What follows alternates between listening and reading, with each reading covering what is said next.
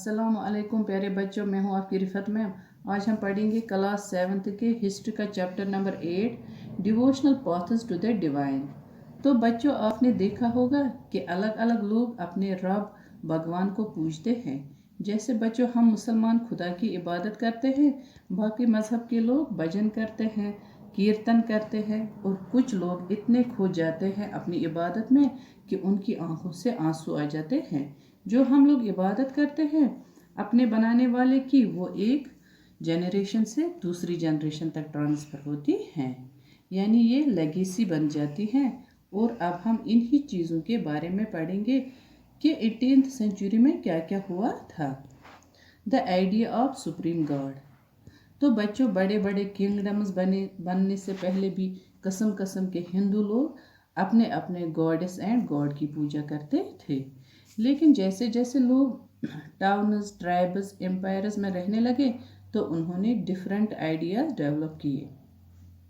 जैसे कि वो मानते थे कि मरने के बाद उनका पुनर्जन्म होता है, चाहे आप अच्छे अमल करो या बुरे अमल। साथ ही साथ 18th सेंचुरी में ये आइडिया भी लोगों में डेवलप हुआ कि बच्चे के पैदा होने के बाद उस बच्चे को आलीशान चीज़ों से नवाजा जाएगा जो कि नोबल फैमिलीज से बिलोंग करता हो, और उस बच्चे को हर चीज़ से महरूम रखा जाएगा जो एक गरीब फैमिली से ताल्लुक़ रखता हो। तो यही इक्वालिटी डेवलप हो गई थी 18th सेंचुरी में।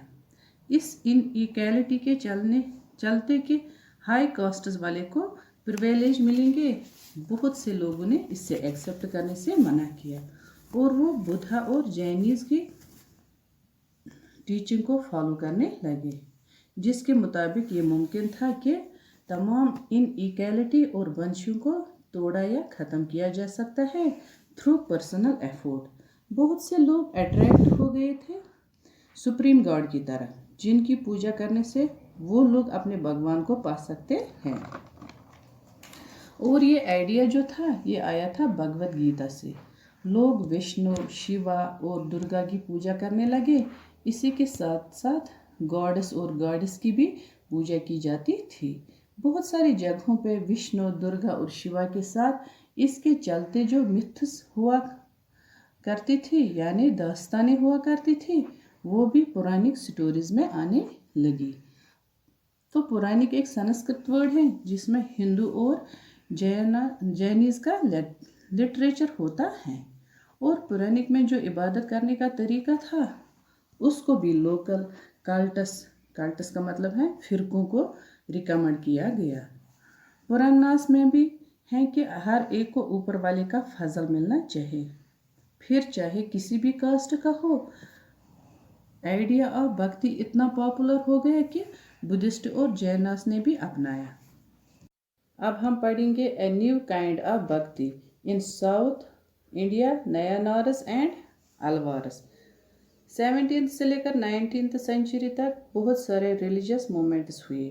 जो नयानारस यानी वो सेंट जो शिवा की इबादत करते हैं, और अलवारस जो विष्णु की इबादत करते हैं, उन्होंने शुरू किए थे। जो अनटचेबल्स जैसे पुलेयारस और पन्नारस की कास्ट से थे, वो क्रिटिक थे बुद्धिस्ट और जैनिज़ के, और वो काफ़ी ज़्यादा इबादत करते थे विष्णु और शिवा की, ताकि उनके सारे गुनाह माफ़ हो जाए।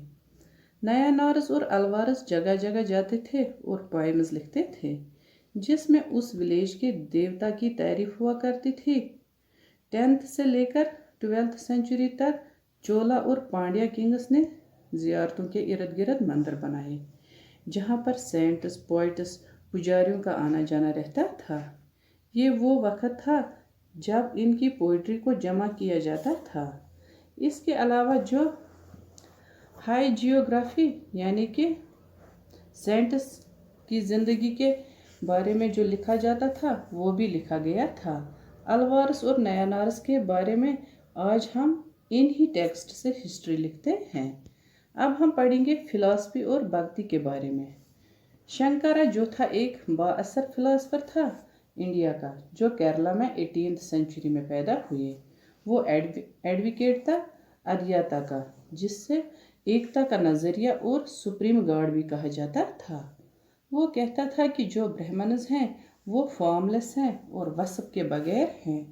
वो कहता था कि ये दुनिया जो है ये एक भ्रम है और जो मुबलिग इस दुनिया को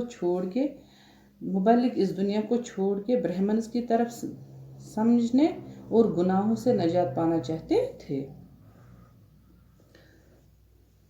राम अनुजा तमिलनाडु में 11वीं सेंचुरी में पैदा हुआ था, जो बहुत ही ज़्यादा मुतासिर हुआ था अलवारस से। इसके हिसाब से सब ही बेहतर मगफिरत पाने का तरीका विष्णु की इबादत करना है।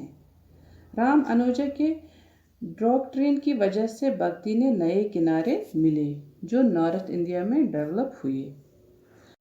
अब हम पढ़ेंगे बसवनाज वीरशैविज्म। जैसा कि हमने देखा था कि कनेक्शन तमिल भक्ति मूवमेंट और टेम्पल वर्शिप के बारे में ये एक रिएक्शन बन गया जो रिप्रेजेंट होता है वीरशैव मूवमेंट से, जो इनिशिएट किया था बसवना अलामा प्रभु और अक्का महादेवी ने। ये मूवमेंट कर्नाटक में मिड 12th सेंचुरी में हुआ।